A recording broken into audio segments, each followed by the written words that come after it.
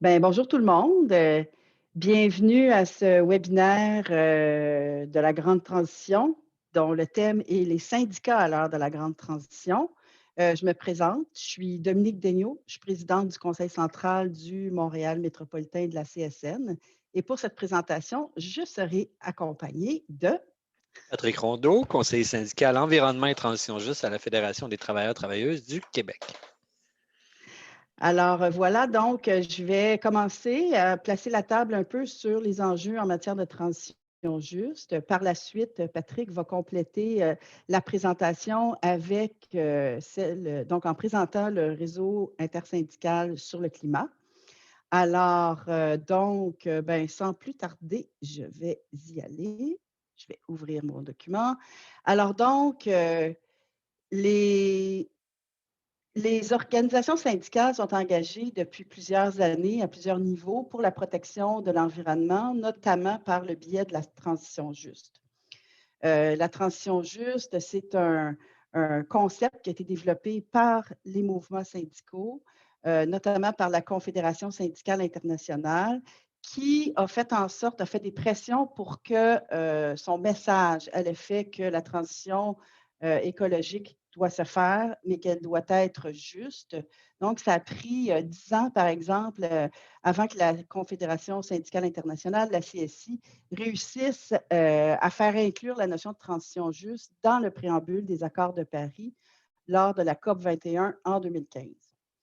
La notion de transition juste, ça permet l'élargissement de la compréhension des changements nécessaires à implanter, et de mettre plusieurs angles morts de la lutte contre les changements climatiques et la protection de l'environnement en lumière, dont plusieurs enjeux sociaux, dont ceux qui touchent les travailleuses et les travailleurs, notamment celles et ceux qui seront affectés par les effets de la transition vers une économie faible en carbone, dans un premier temps. Mais la transition juste, ça vise aussi plus largement, parce que les changements économiques qui vont être entraînés par cette transition-là vont avoir des impacts un peu partout dans la société. Alors, et cette préoccupation-là, elle est partagée partout, dans toutes les organisations syndicales, un peu partout sur la planète. J'ai eu l'occasion récemment de participer au congrès de la Confédération des syndicats des Amériques pour la CSN, où il y avait justement un atelier qui portait sur la transition juste. Et on pouvait constater lors de cet atelier-là que l'engagement vers la transition juste se reflète dans l'ensemble des organisations syndicales, justement, à travers tous les pays.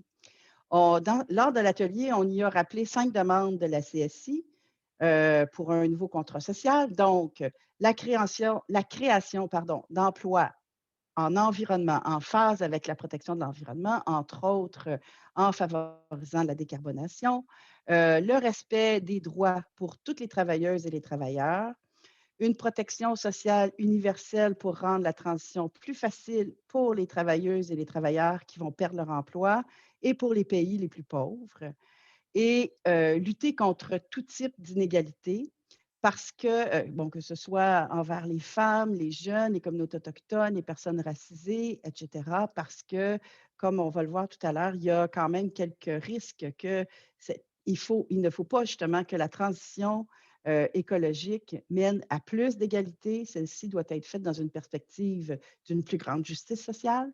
Et cinquièmement, aussi qu'on doit développer un dialogue social et de l'action sociale et que les syndicats doivent avoir une voix forte à la table de négociation sur les enjeux qui touchent notamment l'environnement. Puisque les travailleuses et les travailleurs qui sont dans leurs entreprises, qui sont dans les différents établissements, les usines, et cetera, ce sont les personnes qui sont les mieux placées pour identifier quels sont les changements à apporter, quels seront éventuellement les impacts sur les travailleuses et les travailleurs et quelles revendications on doit mettre de l'avant pour qu'il n'y ait pas de tort et de dommages qui soient faits aux travailleuses et aux travailleurs.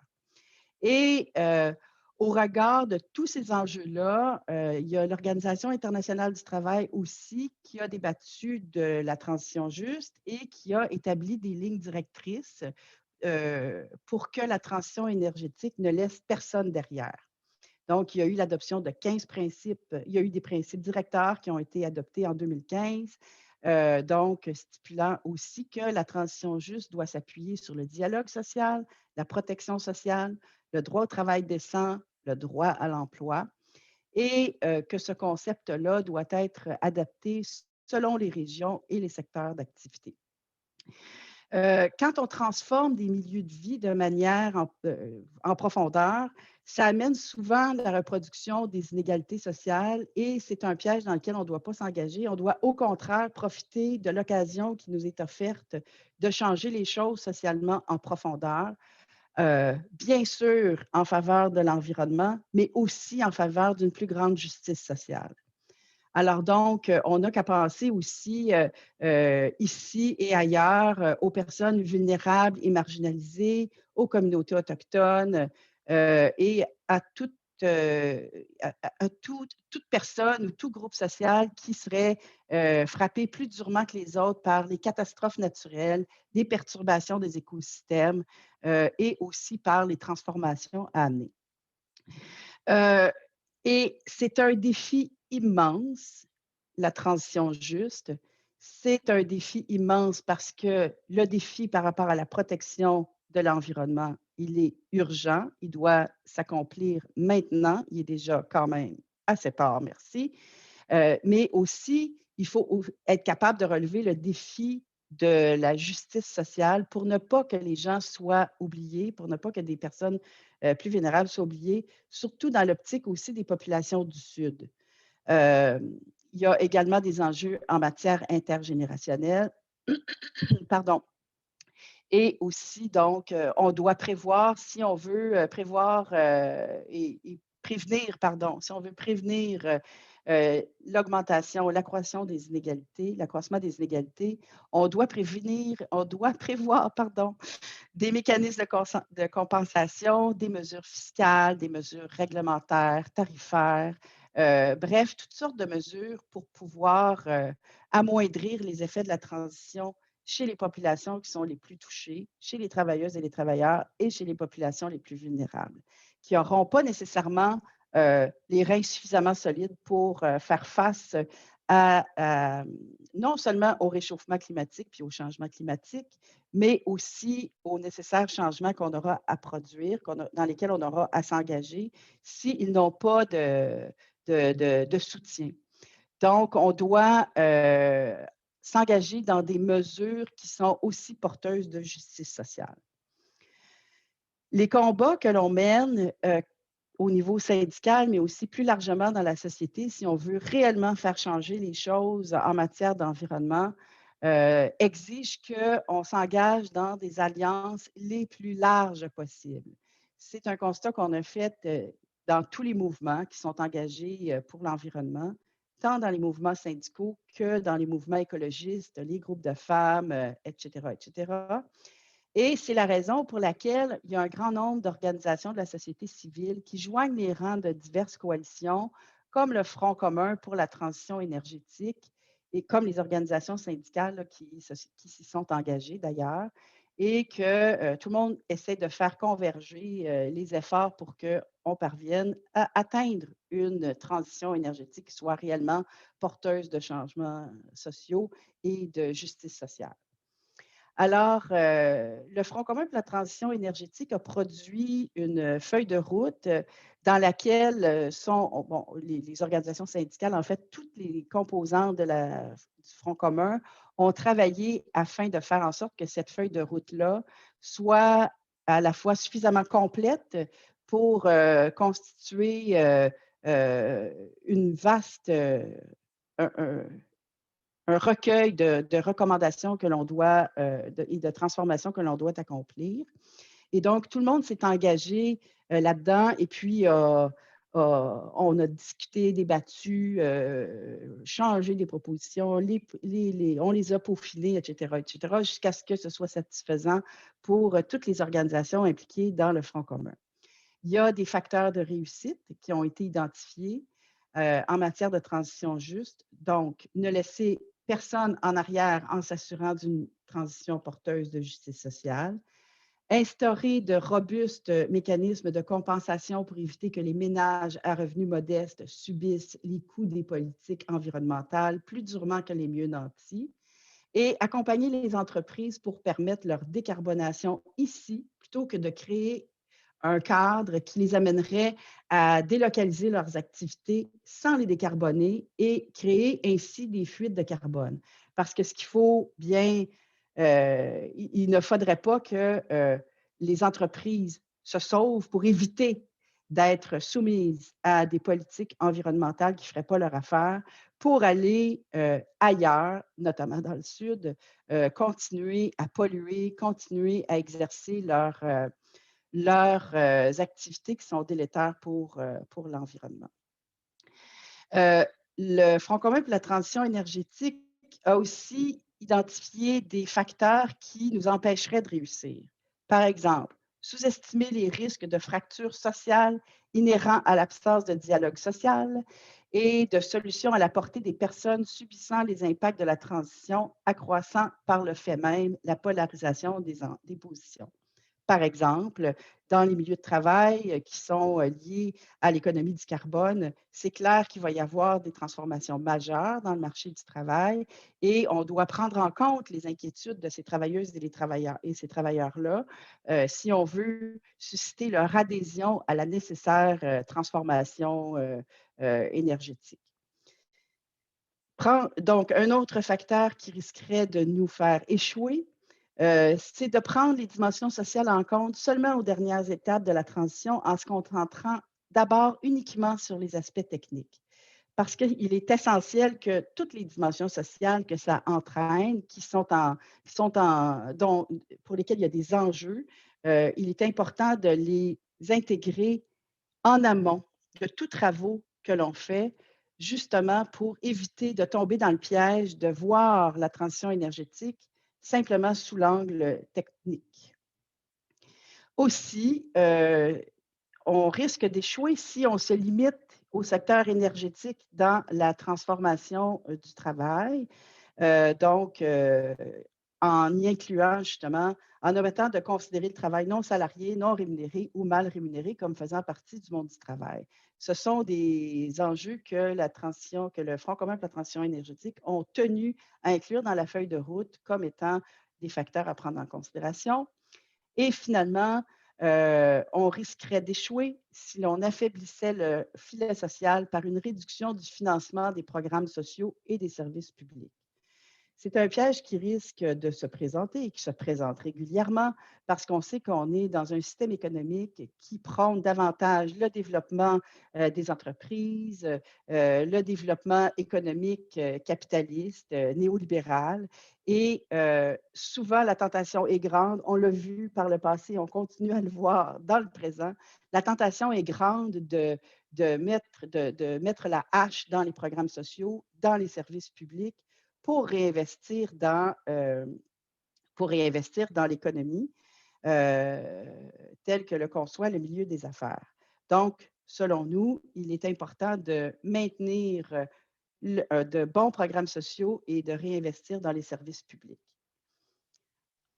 Ensuite, pour mieux mener nos batailles, alors, on doit faire connaître dans nos milieux de travail et partout dans la société quels sont nos objectifs de changement. Tout le monde s'entend, ou à peu près, sur l'urgence climatique. Par ailleurs, les transformations que ça encourt suscitent parfois de la crainte, de la résistance.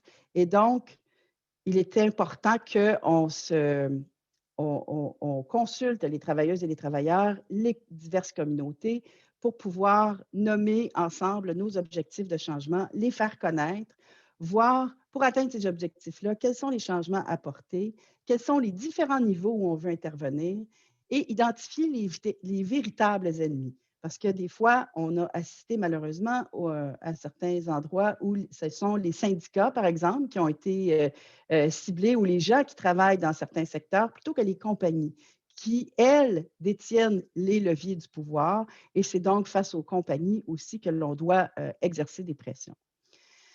Donc, il est important de comprendre les craintes de ces personnes-là, de développer des plans d'intervention, des plans d'action à tous les niveaux, tout en augmentant nos solidarités et nos mobilisations pour créer un véritable rapport de force auquel toutes et tous adhèrent. Pardon. Euh, on le voit à différents niveaux. L'intervention syndicale se produit à différents niveaux. D'abord, dans les milieux de travail, il y a eu une multiplication des comités environnement. Je dois dire que dans certaines circonstances, leur travail est particulièrement difficile, non seulement en termes de sensibilisation de leurs membres. Généralement, ça, c'est une étape qui va pas si pire. Ils ont aussi un travail de mise en place de structures, parfois de participer à des structures institutionnelles, mais aussi ils rencontrent au niveau local, on rencontre ça aussi à d'autres niveaux, mais on rencontre au niveau local, même dans des organisations ou même dans des syndicats où il y a une volonté manifeste par tout le monde, des enjeux, des obstacles qui sont reliés à l'organisation des établissements, à l'organisation du travail et aussi à l'organisation politique générale. Exemple très simple, mais haut complexe comme défi à relever. Dans certains milieux, ça a été impossible d'implanter des politiques d'approvisionnement responsables, même si tous les travailleuses et les travailleurs portaient le dossier. Par exemple, dans le milieu de la santé et des services sociaux, à cause de la règle de recherche du plus bas soumissionnaire.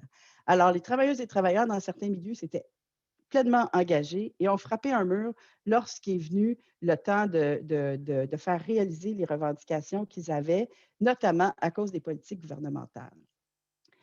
Donc, ce n'est pas parce que la volonté est là et qu'il y a une mobilisation locale que ça fonctionne. Alors, d'où la nécessité d'élargir nos alliances et aussi de construire une mobilisation à l'intérieur même des milieux de travail, mais aussi à l'extérieur, puisque certaines de ces politiques-là sont votées par les gouvernements. Donc, les travailleuses et les travailleurs aussi, lorsqu'il y a des avancées qui sont faites dans leur milieu de travail, c'est un peu frustrant pour eux autres parce que souvent, c'est eux autres qui ont fait les efforts et c'est les employeurs qui en récoltent le crédit. Alors, c'est donc important que l'on fasse connaître nos bons coups. Si on souhaite élargir les solidarités pour accélérer les transformations nécessaires à la transition, il est essentiel d'établir le dialogue aussi entre les organisations syndicales qui représentent les travailleuses et les travailleurs et toutes les organisations de la société civile. Et bref, tout le monde doit mettre la main à la pâte et identifier quels sont les lieux de tension puis comment on doit les résoudre tout le monde ensemble pour pouvoir aller plus loin. Essayer de voir nos intérêts communs au sein de la population. Et il y en a un méga intérêt commun qui est l'urgence climatique. Mais si on veut changer les choses en profondeur, donc on doit organiser nos luttes de manière structurée et aussi réfléchie en mettant les travailleuses et travailleurs dans le coup, puis en mettant les diverses communautés, les populations dans le coup. Et comme au Québec, ce ne sont que 40 des travailleuses et des travailleurs qui sont syndiqués. Bien sûr, les organisations syndicales ont un rôle extrêmement important à jouer dans ce contexte, mais cependant, ils ne peuvent pas le jouer seuls. Donc, on doit aussi prendre en compte les travailleuses et travailleurs dans les milieux non syndiqués. Alors, à cet égard-là, la solidarité que l'on va forger à l'intérieur entre les travailleuses et les travailleurs, elle est essentielle pour comprendre les réalités des uns et des autres, pour pouvoir susciter une grande adhésion. On doit aussi, comme organisation syndicale, inclure la lutte pour le climat et l'environnement dans nos luttes syndicales. Par exemple, lorsque vient le temps de renouveler nos régimes de retraite, de revendiquer, par exemple, une réduction du temps de travail sans perte de salaire ni de droit. Bref, réintégrer nos revendications sous le prisme de la transition juste.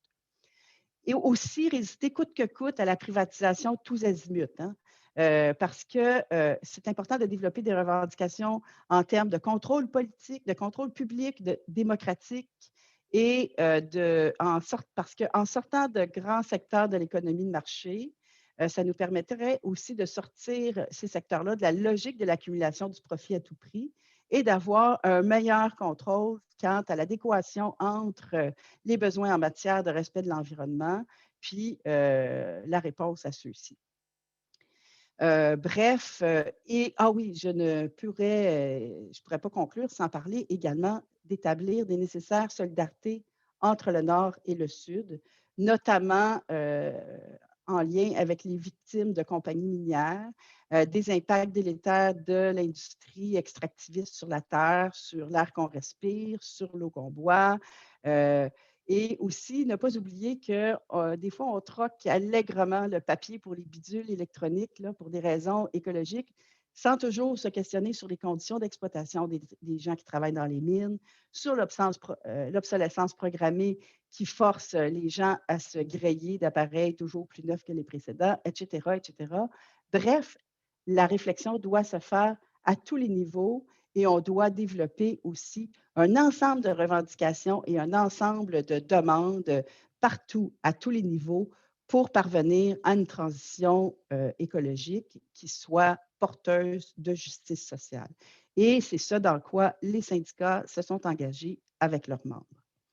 Alors, pour donner un exemple justement de comment les organisations syndicales s'engagent dans cette lutte, je vais maintenant céder la parole à Patrick Rondeau qui va nous parler du réseau intersyndical sur le climat.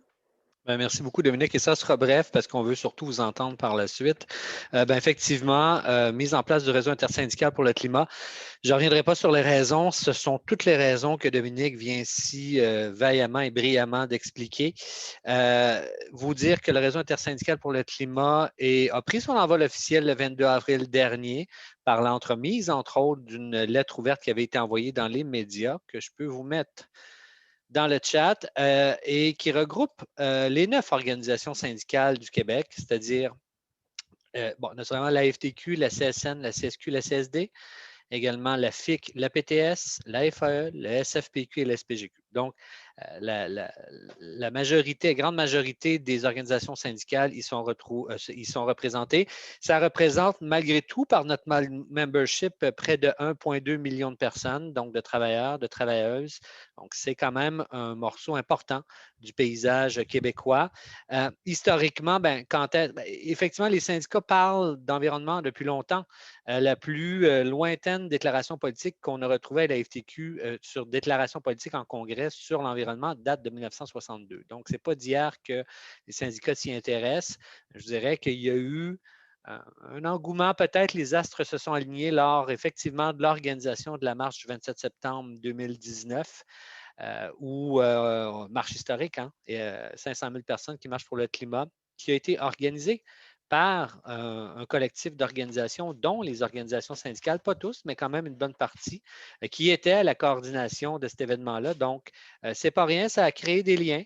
Ça a créé un dialogue sur cet enjeu-là. On a retrouvé cette même dynamique au sein du Front commun pour la transition énergétique, comme Dominique le disait, où les 9 organisations syndicales sont membres. Et on a ressenti le besoin de discuter entre nous, donc de se concerter sur les enjeux tels que mentionnés. Mais c'est un besoin aussi qui n'est pas juste ici, que je constate aussi au Canada. On voit cet engouement-là aussi pour les syndicats d'ouvrir le dialogue sur les changements climatiques et la même chose à l'international. Donc, le réseau intersyndical pour le climat s'est donné comme ligne directrice la reconnaissance de la transition juste. Donc, toutes les organisations reconnaissent l'importance de mettre en place les principes d'une transition juste à partir des principes directeurs de l'OIT tels que décrits par Dominique, mais en y ajoutant une touche qui est québécoise, en reconnaissance des secteurs d'emploi et des régions du Québec, une reconnaissance aussi de l'urgence climatique. Donc, il n'y a pas de négation face à ça et ce n'est pas un concept récupéré pour ralentir la transition énergétique vers l'urgence, pour répondre à l'urgence climatique. Bien au contraire, c'est une reconnaissance. Un collectif aussi, un réseau qui est guidé par la reconnaissance des impacts dans tous les secteurs d'emploi. L'erreur que plusieurs font souvent, c'est de dire, la question de la transition juste ou de la lutte au changement climatique dans les milieux de travail ne regarde que les hauts émetteurs en carbone, donc les raffineries, les aciéries, les mines. Or, c'est tous les milieux de travail qui doivent viser la décarbonation et maintenir leurs conditions de travail, les améliorer s'assurer d'un accès égalitaire et inclusif aux nouveaux emplois et améliorer les conditions de vie des communautés en redéfinissant notre modèle économique, qui est une des lignes qui guide aussi. Donc oui, Pierre, j'ai vu ton commentaire et effectivement, il y a une pleine reconnaissance du réseau intersyndical de ne pas changer le climat, mais de changer le monde dans lequel on vit. Ce n'est pas simple pour les organisations syndicales, mais c'est un principe qu'on s'est donné à la naissance du réseau. Et ultimement, ben, quelles sont les activités que nous voulons mettre de l'avant? Ben, dans un premier temps, on veut inverser un peu la pyramide syndicale qu'on voit souvent, c'est-à-dire des décisions qui sont prises par les directions syndicales qu'on tente d'implanter dans les milieux de travail. On veut faire l'inverse avec le réseau. On veut parler aux gens sur le terrain. On veut les mobiliser à partir de où ils sont, les entendre, les écouter, les organiser, nous organiser autour de ces demandes-là. Donc, la première phase du réseau est de mettre en place une immense communauté de pratiques dans les milieux de travail pour avoir ce contact-là avec les membres de façon intersyndicale, donc pas simplement chacun dans son organisation syndicale. Nous avons déjà, on a à ce jour organisé déjà 3 rencontres en intersyndicale pour favoriser cette communauté de pratiques-là. Je vous dirais que c'est en moyenne 70 personnes qui se présentent à chacune de ces rencontres-là. Donc, il y a une envie d'en discuter et les gens nous parlent de leur milieu de travail, ont un diagnostic très clair de ce qui se passe et ont des solutions très concrètes à ce niveau-là. Donc, c'est à ça que ça sert dans un premier temps. Dans un deuxième temps, se donner des politiques au niveau des communications et dans un troisième temps, repartir la machine de mobilisation des syndicats pour le climat, pour rassurer pleinement notre influence collective envers le politique et rétablir notre rapport de force face à l'agenda climatique. Je dirais qu'on ne tombe pas des nues non plus. C'est l'agenda aussi du syndicalisme international qui se poursuit. Simplement vous dire qu'il y a plusieurs événements qui pavent la voie vers la lutte au changement climatique de la part des syndicats dans les prochains mois, ne serait-ce que la semaine prochaine. Vous avez une session intermédiaire de la Convention cadre des Nations unies sur les changements climatiques par l'entremise, entre autres, de la 4e rencontre du groupe d'experts de Katowice sur les mesures de riposte où on traite de transition juste. Les syndicats ont bien l'intention de s'y faire entendre fortement. Du 16 au 18 juin, il y a une conférence internationale assez d'importance qui s'organise autour du climat porté par les syndicats. Et naturellement, il y a la COP26 là, dans notre objectif là, sur cette route-là vers la transition juste. Donc, ça fait le tour, Dominique, là, de la présentation du RIC. Merci. Et là, on a déjà des commentaires. Oui. Donc, Ben, de en Pierre fait, Baudet. peut-être ce Oui, qui serait vas-y, intéressant, Patrick. si tu le veux bien, Dominique, et je sais, Paolo, tantôt on en parlait, mais est-il possible, quand les gens posent des questions, de simplement leur donner accès au micro et qu'on les entende de leur propre voix? Je pense que ça va être plus sympathique que simplement les lire.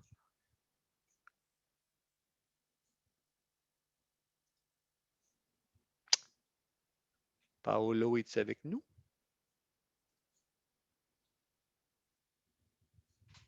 Bon, il ne semblerait pas. Ben, effectivement, on y va à tour de rôle, Dominique? Oui, oui. Ah, Paolo Paolo est nous revenu. dit. En fait, on se demandait si les personnes qui ont écrit les questions peuvent les exprimer elles-mêmes. Donc, si tu peux donner accès au micro.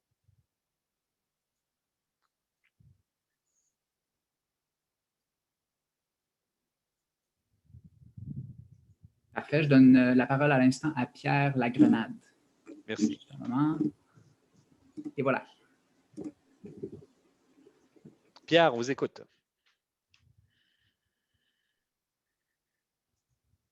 Avec votre micro ouvert.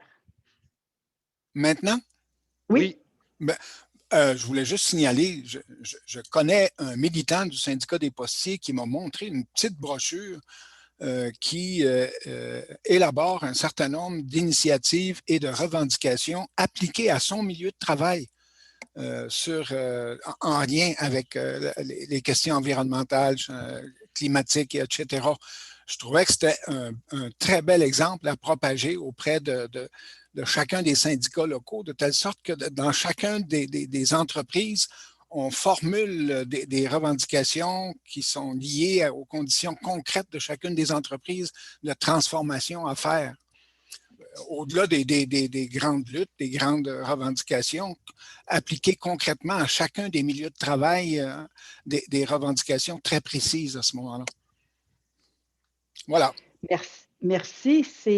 Oui, c'est un excellent exemple justement de situation puis de moyens que se donnent les organisations syndicales quand je parlais au niveau local, mais aussi au niveau plus global. Mais c'est un bel exemple au niveau local.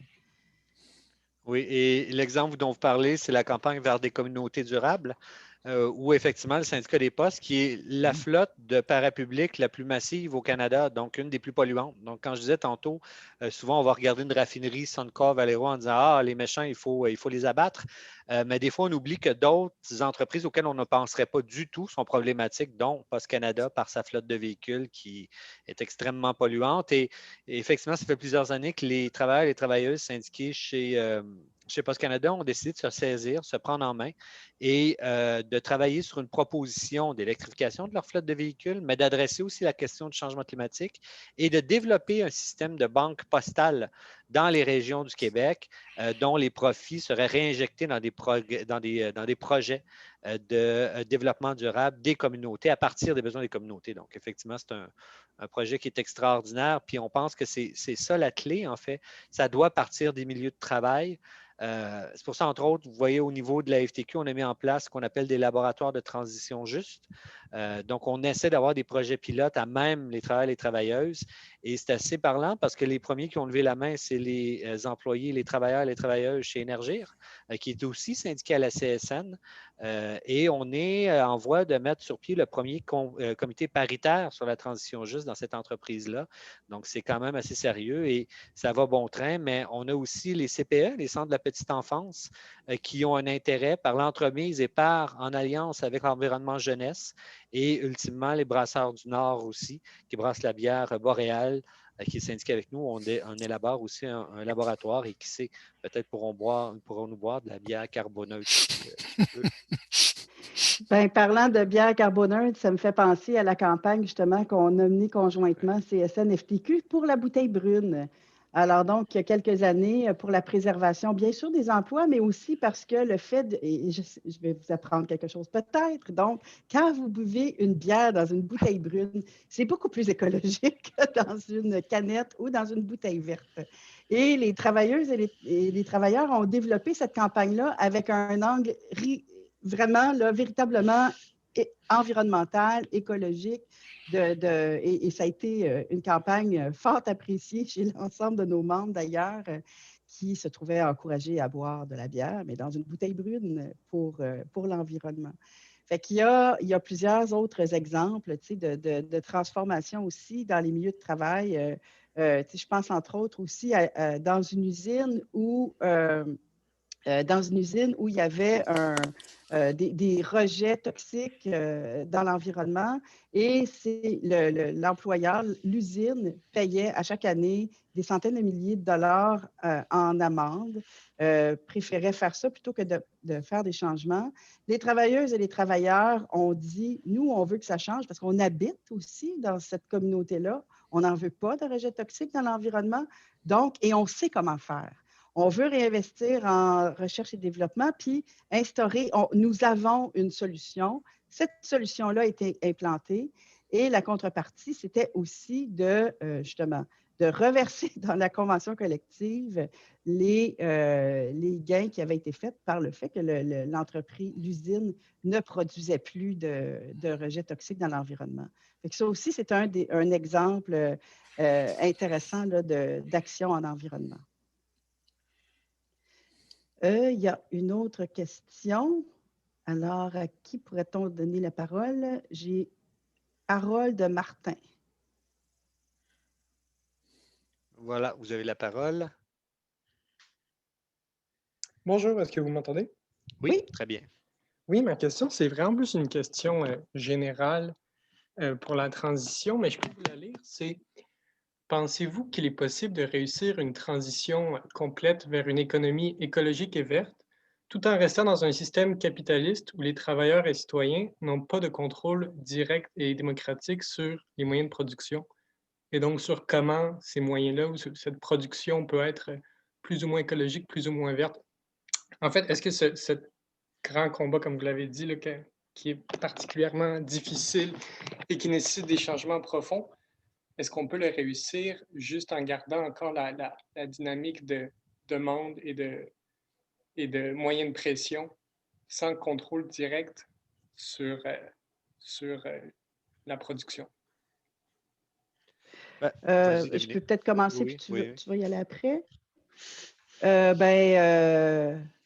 C'est certain que cette transformation en profondeur du système économique, elle est nécessaire si on veut aller jusqu'au bout. Par ailleurs, on ne doit pas attendre non plus que celle-ci arrive avant d'effectuer des changements. Et un des changements, comme je le disais, ça peut être aussi de sortir des grands pans de secteurs d'économie pour les remettre dans le marché public, pour les rendre publics. Et ça, c'est une des manières de pouvoir sortir certains pans du secteur économique d'une économie plus de type capitaliste. Alors, mais cependant, il y a urgence climatique et donc il faut amorcer ces changements-là dès à présent, bien sûr en ayant une perspective aussi à plus long terme. Oui, ben dans tous les cas aussi, ben ça prend un rapport de force. Sur l'entreprise collective, vous seriez surpris, en fait, à savoir, même si on demandait aux travailleurs et travailleuses du Québec, est-ce que ça les intéresse d'avoir un certain contrôle sur, ou contrôle direct et démocratique sur la production. En ce moment, là, à froid comme ça, la réponse serait non, probablement. Donc, même là, il y aurait de l'éducation à faire à l'intérieur des milieux de travail pour leur démontrer le bien fondé là, à ce niveau-là. En fait, j'endosse totalement ce que Dominique disait. Là. Et c'est là où on est dans cette drôle de situation-là d'urgence climatique où l'urgence devient de plus en plus urgente à cause du système économique dans lequel nous sommes, mais en même temps nous oblige à agir rapidement là où on peut avoir des impacts. Donc, c'est paradoxal comme phénomène, mais c'est ça. D'ailleurs, la transition juste est un paradoxe en soi, et ça, on n'est pas gêné de le dire, dans le sens où, dans le mot transition, ça signifie partir d'un point A à un point B en se transformant en cours de route. Or, les gens prennent trop souvent le concept de la transition juste comme comment est-ce que je peux faire pour arriver du point A au point B sans rien changer, mais en ayant amélioré la question climatique, ce qui est impossible. Donc, ça demande systématiquement une transformation quelque part en cours de route. Et pour nous, il est clair que si on n'adresse pas ça avec ceux et celles qui en subissent directement les effets, notamment les travailleurs et les travailleuses, il n'y aura pas de rapport de force. Ils ne se mobiliseront pas. Ils vont faire exactement comme ils l'ont toujours fait. Ils vont résister parce qu'il n'y aura pas de solution à leur portée. Et la seule équation qu'ils vont faire, c'est cette lutte-là contre les changements climatiques égale ma perte d'emploi et tout ce qui s'ensuit. Donc, tant que ce paradigme-là sera dans la tête des travailleurs et des travailleuses, on n'arrivera pas à avancer. C'est pour ça qu'il faut absolument travailler avec eux de cette façon-là et en travaillant avec eux, commencer à discuter des concepts économiques avec eux. Donc, je pense que c'est de cette façon-là qu'on y arrive, mais de front, ça ne fonctionne juste pas malheureusement parce que le système, j'ai l'impression, capitaliste est tellement imbriqué. Souvent, je dis à la blague, mais ce n'est pas une bonne blague, là. Mais même après l'urgence climatique, là, si jamais catastrophe climatique et qu'on finissait par tous disparaître sur Terre, j'ai l'impression que le système capitaliste continuerait à rouler de toute façon par lui-même. Donc, c'est relativement compliqué et les gens sont endettés jusqu'au cou, ont de la difficulté, mais voient bien là, qu'ils ont une force citoyenne dans un premier temps. Donc, c'est pour ça que les mouvements citoyens sont fort importants. Et tranquillement, dans les exemples et les expériences qu'on fait à la FTQ et que les milieux de travail qui commencent à se mobiliser, on voit une différence. Et c'est cocasse parce que ça ramène des discussions au niveau des luttes de classe, au niveau du syndicalisme de combat que ça fait 21 ans que je suis dans le syndicalisme là, et ça doit faire 21 ans que j'attends ce genre de discours-là. Donc, ça devient un prétexte tout à la fois. Donc, c'est extrêmement complexe et c'est pour ça qu'on a mis en place un réseau intersyndical. Mais il y a quelque chose qui se passe, ça, c'est clair. Oui, puis si je peux ajouter à ça aussi, dans les milieux de travail, justement, où ce genre de changement-là s'opère, puis parce qu'il y a eu justement une mobilisation des travailleuses et des travailleurs, ça leur redonne aussi une plus grande confiance dans leur pouvoir de changer les choses, puisqu'ils y sont parvenus à un certain niveau là, dans leur entreprise, justement en énonçant leurs revendications, mais aussi quand on disait justement avoir une place forte aux tables de négociation dans les milieux où on a réussi à changer les choses, c'est beaucoup parce qu'il y avait ce rapport de force-là à l'intérieur même des usines ou des milieux de travail, là. Et ça contribue justement à cet empowerment-là des travailleuses et travailleurs de dire quand on se mobilise, quand on est capable de mettre des choses de l'avant parce que ça nous préoccupe, parce que ça joue sur nos conditions de vie, de travail, mais aussi de vie, bien, on est capable de faire changer des choses. Fait que ça a un impact aussi sur la mobilisation de manière générale. Oui, et surtout que la bouchée qu'on leur propose, elle est à leur portée. Donc, ils sont capables de faire des changements directement dans leur milieu de travail. Et pour une fois, ils sont dans une position offensive aussi. Donc, ça aussi, là, c'est des éléments qui sont favorisants. Merci. Est-ce qu'il y a d'autres questions?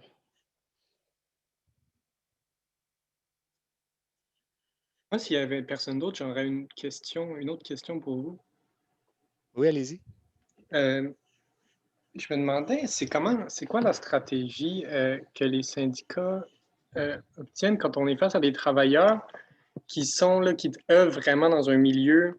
Je donne l'exemple, par exemple, des travailleurs dans l'Ouest là, qui travailleraient dans le milieu du pétrole ou dans les milieux du plastique, etc., des milieux où, ils pourraient avoir quand même des craintes légitimes que la transition vers l'écologie devienne pour eux une perte d'emploi. C'est quoi, quelle solution on leur offre et quel argument on peut leur offrir à ces travailleurs-là pour qu'ils soient inclus dans le mouvement écologiste?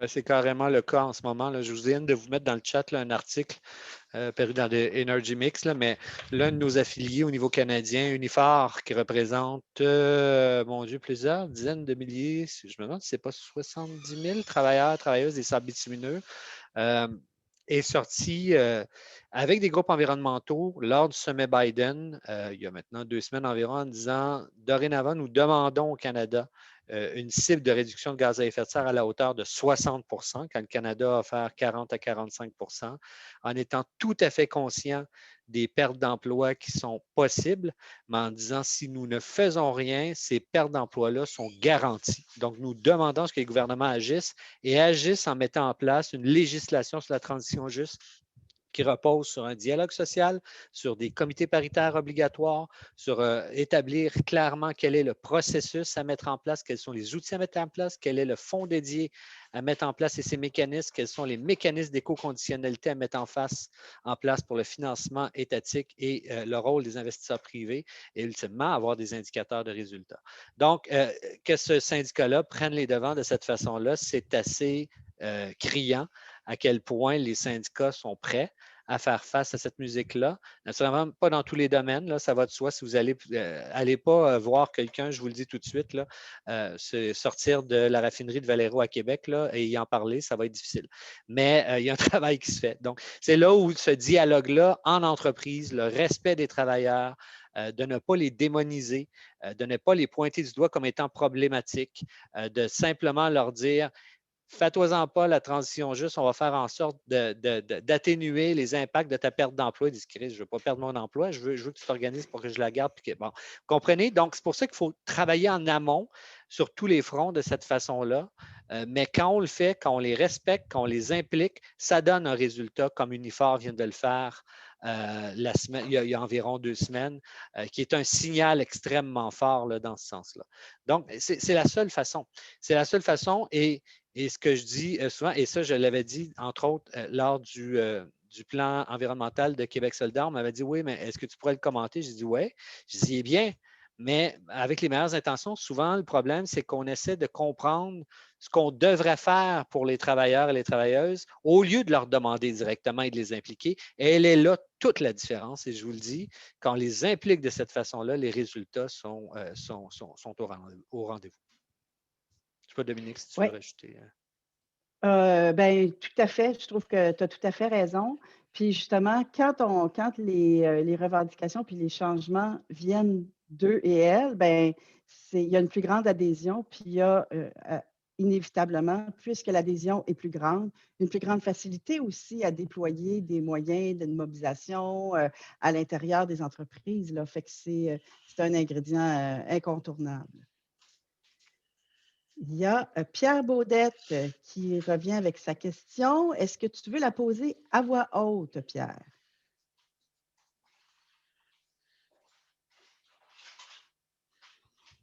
En ouvrant ton micro. Je vais y aller. Oui, OK, ben bonjour, merci. C'était très bon vous exposer. Je pense que la situation évolue, vous le savez, tout le monde est conscient de ça, puis même les États, les patrons, les grandes entreprises, tout le monde parle du virage vert. Bon, il ne faut pas nécessairement dénigrer ça. C'est sûr que s'il y a des changements, moi je pourrais dire, j'aime autant que ce soit Biden plutôt que Trump. C'est peut-être un exemple extrême. Alors, donc, il ne faut pas dénigrer ça. Puis de l'autre côté, il ne faut pas non plus être naïf parce qu'il y a une certaine logique d'entreprise et du capitalisme qui l'accumulation. Et ça aboutit à toutes sortes d'affaires qui peuvent être aussi loufoques de défendre le projet GNL parce que le gaz naturel, c'est moins pire que les gaz bitumineux. C'est ça l'argument pour sauver GNL. Ou bien non, des projets plutôt mitigés et tout ça. Donc, où est-ce que ça passe les syndicats? Les syndicats négocient tout le temps avec le patronat puis l'État.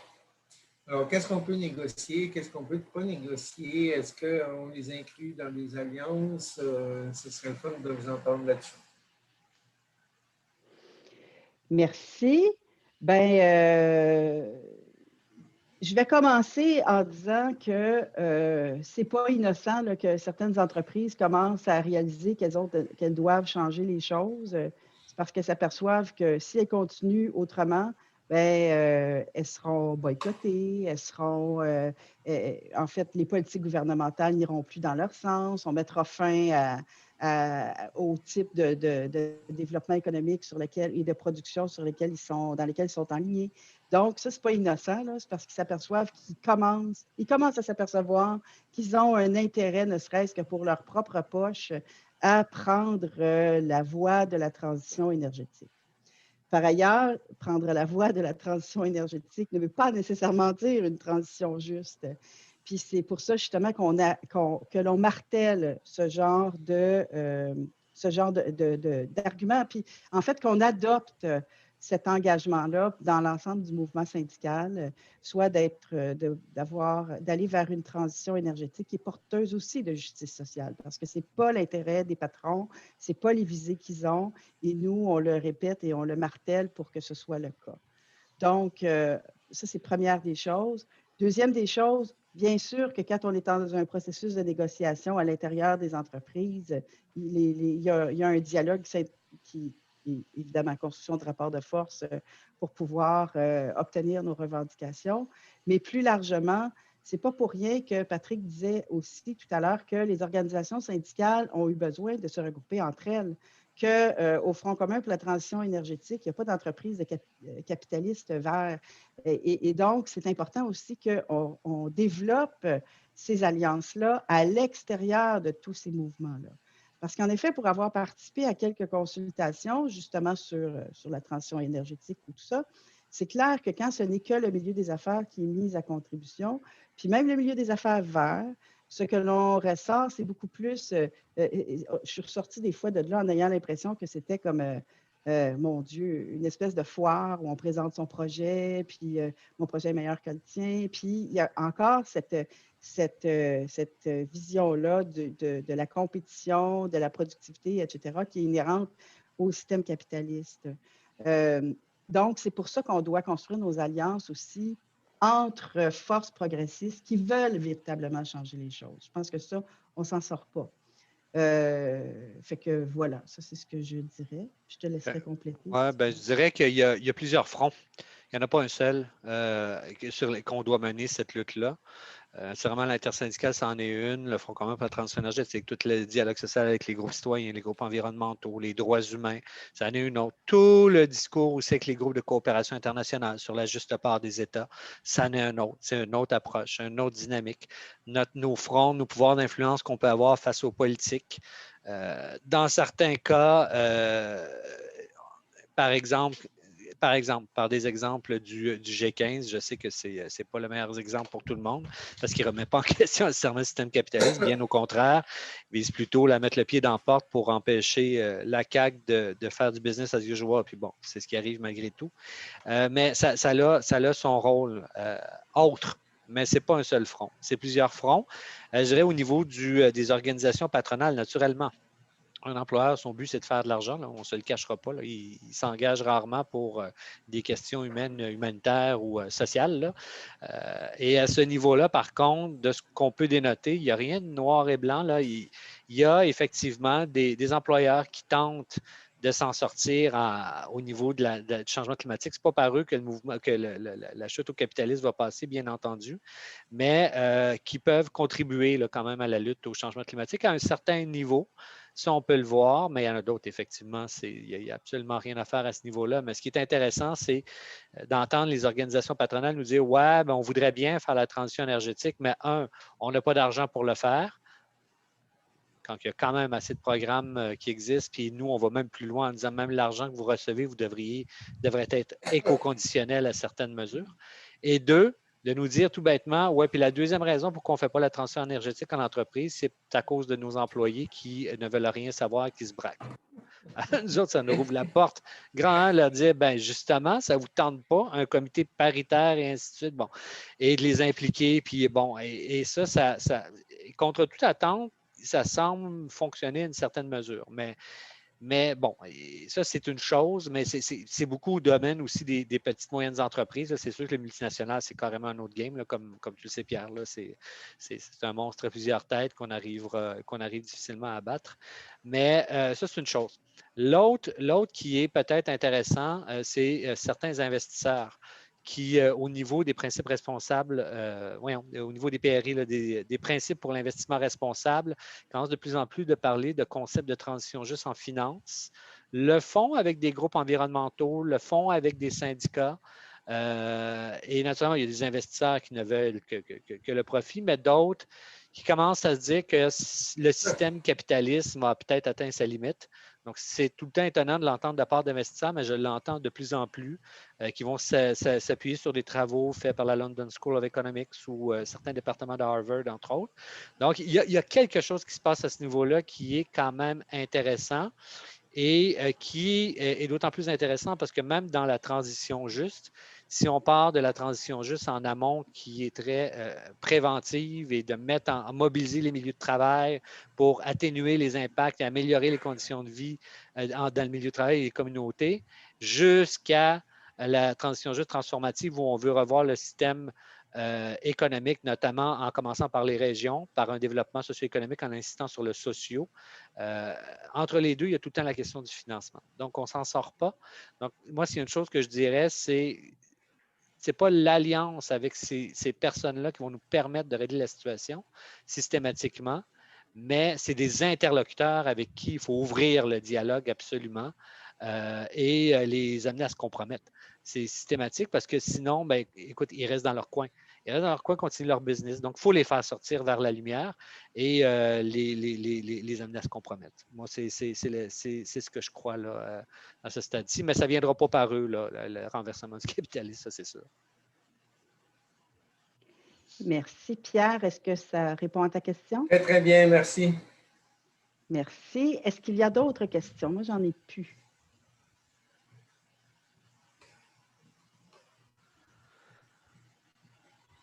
Ben, moi, j'en aurais une pour les gens qui sont dans la salle. Je voulais savoir, beaucoup d'entre vous doivent être des travailleuses et des travailleurs.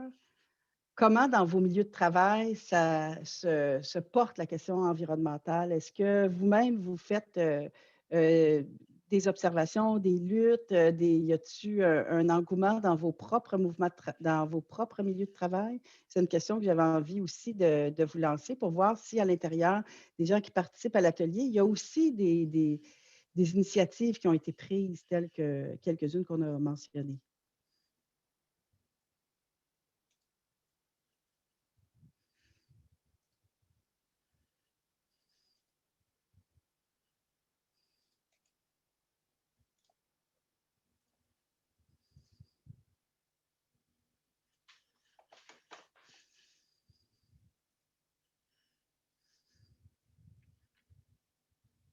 Ça doit être la lourdeur de 30 degrés un Ah vendredi oui, après-midi.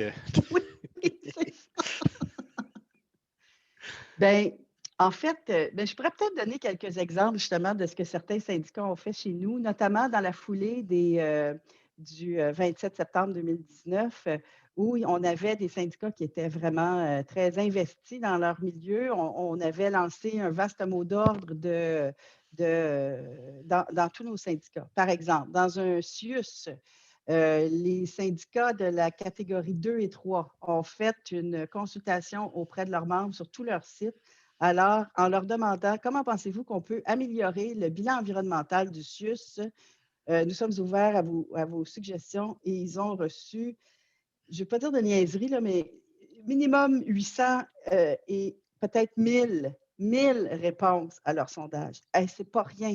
Donc, ça veut dire qu'il y a 1000 travailleuses et travailleurs dans ce milieu-là qui trouvaient ça suffisamment important que le CIUS améliore son bilan environnemental pour soumettre une suggestion au syndicat qui allait chercher ces suggestions. C'est assez intéressant. Par la suite, il y a eu ce qu'on sait, là, la pandémie. Là, donc, je me suis informée justement à certains niveaux là, de certaines de ces initiatives-là, puis elles ont été mises évidemment sur la glace pour le temps de la pandémie, mais les syndicats qui ont porté ce genre de moyens-là, d'actions-là, sont déterminés à le faire cheminer par la suite. Il y a eu aussi, dans d'autres milieux totalement différents, l'organisation de conférences pour sensibiliser les gens sur différents enjeux liés à l'environnement. Il y a eu aussi un syndicat qui gère sa propre caisse de retraite, qui a pris une décision, mais ça, ce n'était pas dans la foulée du 27 septembre, mais qui a pris la décision de se retirer. Puis ça a été tout un travail parce que je sais les débats qu'il y a eu pendant quelques années à l'intérieur même de ce syndicat-là, mais qui a finalement pris la décision de se retirer de tout ce qui était énergie fossile. Donc, à l'intérieur des syndicats, nous, on ne peut que constater là, que ça change. Une des choses aussi qu'on remarque, c'est l'inquiétude, non pas des fois de perdre son milieu de travail, mais de voir son emploi se transformer. Et ça aussi, c'est un des enjeux sur lesquels il faut travailler, puis pour pas que les travailleuses et les travailleurs en fassent les frais. Par exemple, si on est une compagnie de transport, la STM ou quelle que soit la compagnie de transport, et qu'on fait de l'électrification des véhicules, les gens qui sont mécaniciens diesel vont devoir suivre des formations, vont devoir pouvoir suivre l'évolution aussi des transformations à l'intérieur du milieu de travail. Fait que ça, c'est des inquiétudes aussi qui sont soulevées et que les travailleuses et les travailleurs, ils sont pour l'électrification, bien sûr, mais en même temps, ils disent, mais je veux être capable de continuer d'assumer mon emploi dans ce contexte-là. Bref, quand on consulte les travailleuses et travailleurs, des fois, on a une image un peu figée là, des syndicats qui ne veulent rien savoir, là, mais finalement, puis un peu comme Patrick le disait, cette image-là aussi, elle est utilisée par les employeurs. Les patrons instrumentalisent une pseudo-résistance de la part des travailleuses et des travailleurs, alors que la plupart du temps, elle vient d'eux autres. Elle vient d'eux autres. C'est pour ça que notre rôle comme organisation syndicale, c'est de faire le relais avec ça, puis aussi de continuer à outiller nos syndicats quand ils décident de porter ce type de revendication-là. À la CSN, en ce moment, on est en train aussi de voir pour chacun des milieux de travail, qu'est-ce que ça pourrait être les impacts d'une transition énergétique ou quels sont et seront les impacts d'une transition énergétique pour voir comment on peut accompagner le mieux possible les travailleuses et travailleurs dans ces changements-là. Fait que ça, c'est toutes des moyens d'action, puis des prises de position qui sont faites par les organisations syndicales que l'on représente.